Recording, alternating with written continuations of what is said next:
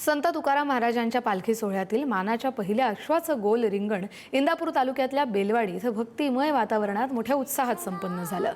या रिंगणानंतर वारकरी, भाविक आणि या सोहळ्यामध्ये सहभागी झालेले पोलीस अधिकारी आणि कर्मचारी यांनी देखील ढोलकीच्या तालावर गोल फेऱ्या मारत या वारीचा आनंद उत्स्फूर्तपणे व्यक्त केला। रिंगणाची सुरुवात मिणीकऱ्यांच्या प्रदक्षिणेनं झाली। यावेळी राज्याचे कृषी मंत्री दत्तात्रय भरणे, भाजपचे नेते आशिष शेलार, माजी सहकार मंत्री हर्षवर्धन पाटील तसंच श्री संत तुकाराम महाराज देवस्थानचे विश्वस्त उपस्थित राहिले आणि रिंगण सोहळ्यात सहभागी झाले। वारकऱ्यांच्या जयघोषानं आणि टाळ मृदुंगाच्या गजरात बेलवाडी परिसर भक्तिमय वातावरणानं दुमदुमून गेला।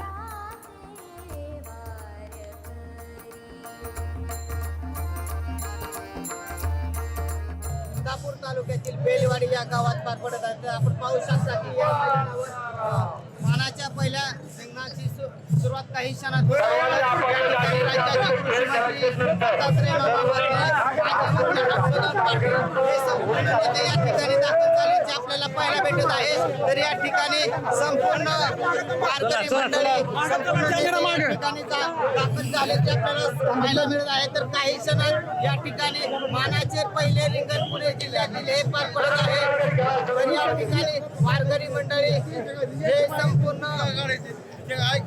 वारकरी मंडळी या ठिकाणी इंदापूर तालुक्यातील बेलवाडी या मैदानावर दाखल झाल्याचे आपल्याला पाहायला मिळत आहे।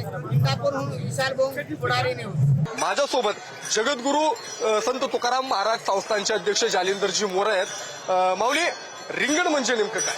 रिंगण म्हणजे वारकऱ्यांना एक नवीन ऊर्जा प्राप्त होण्याचं हे साधन आहे आणि पालखी सोहळ्यातील 341व्या पालखी सोहळ्यातील पहिलं गोल रिंगण आज बेलवंडी येथे पार पडत आहे आणि हे परंपरेप्रमाणे हे चालत आलेलं आहे। याच्यामुळं वारकऱ्यांना एक नवी ऊर्जा आणि आज निम्मी वाटचाल झालेली असल्यामुळं दमलेल्या वारकऱ्यांना एक नवीन ऊर्जा प्राप्त होते।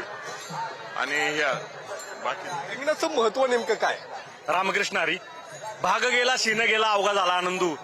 जगद्गुरू तुकोबारायांच्या पालखी सोहळ्यामध्ये जे मानाचे 3 गोल रिंगण होतात त्यातलं पहिलं गोल रिंगण आज बेलवडी या ठिकाणी संपन्न होतंय।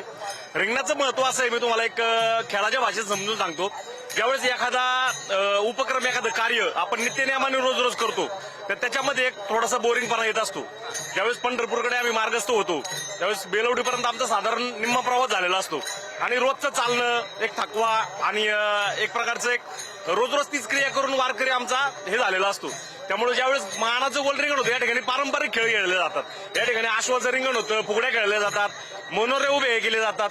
म्हणजे आपण जे जुन्या काळात पारंपरिक खेळ खेळायचो ते खेळ खेळले जातात आणि थोडक्यात हे खेळ खेळल्यानंतर वारकऱ्यांमध्ये एक वेगळी ऊर्जा तयार होते आणि इथून पुढचा प्रवास अजून सुखकर आणि अजूनही एनर्जीने होतो। त्यामुळे हे पारंपरिक खेळ खेळण्यासाठी ही रिंगण व्यवस्था या ठिकाणी चालू झालेली आहे। प्रश्न विचारतो, या रिंगणातून वारकऱ्यांना नेमकी काय, म्हणजे समाजाला काय संदेश मिळतो? रिंगण सोहळ्याच्या माध्यमातून नेमका संदेश काय? समाजाला आणि वारीतनं, म्हणजे रिंगणातनं आणि वारीतनं समाजाला एकच संदेश मिळतो, तो म्हणजे एकीचा। म्हणजे हा एवढा मोठा सोहळा, कारण आम्ही ज्या ठिकाणी रिंगण व्यवस्था असते त्याच्या तोंडावरती पोलीस प्रशासन उभं असतं। त्यांचं म्हणणं असतं की एवढे लोक आतमध्ये जाऊ नका, आतमध्ये गेले की असं होईल तसं होईल। पण जाताना प्रत्येक वेळेस त्यांचं एकच म्हणणं असतं की यार एवढे डिसिप्लिन आम्ही आजपर्यंत कधी बघितला नाही। म्हणजे डिसिप्लिन, काही नसताना डिसिप्लिन, हे तुम्हाला या ठिकाणी पाहायला भेटेल। कॅमेरा पर्सन सतीश कदम यांच्यासह निलेश जगताप, पुढारी न्यूज, बेलवाडी।